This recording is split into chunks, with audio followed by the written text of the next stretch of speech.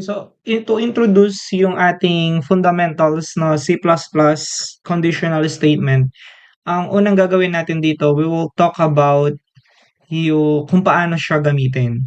So, ang first na gagawin natin dito is we will include yung mismong data type and variable na gagamitin natin to test yung mismong if conditions natin.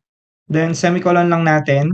Then after nun, magkakaroon lang tayo ng cout. And then ang gagawin natin dito, enter your age. So dito, tatanungin lang natin yung user natin na i-enter niya yung age. Then we will use yung cin para kunin yung input ng user natin. Then dito na natin iti-test or i-introduce yung if statement natin.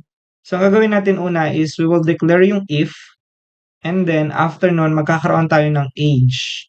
Then greater than equal, so ibig sabihin nito, chine-check natin yung age natin if greater than ba siya or equal sa 18.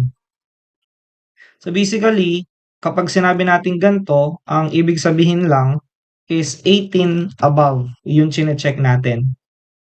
Kasi meron kang greater than dito at meron kang equal dito. So starting with 18 pataas, yan yung chine-check ng program natin.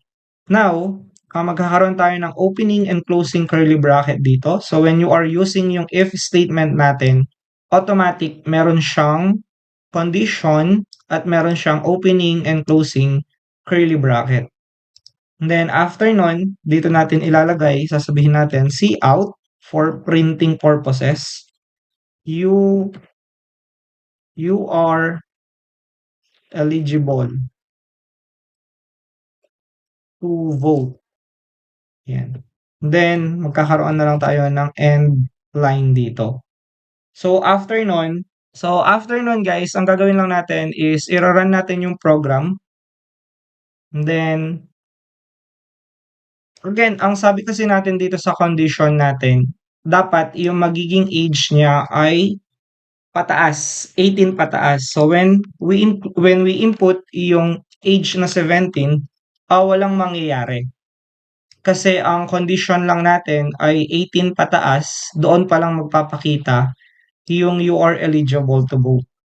So, let's say for example, nag-include tayo dito or nag-input tayo dito ng 30, yan, automatic magpapakita yung you are eligible to vote. So, ganun lang naman yung ano natin, yung if statement natin.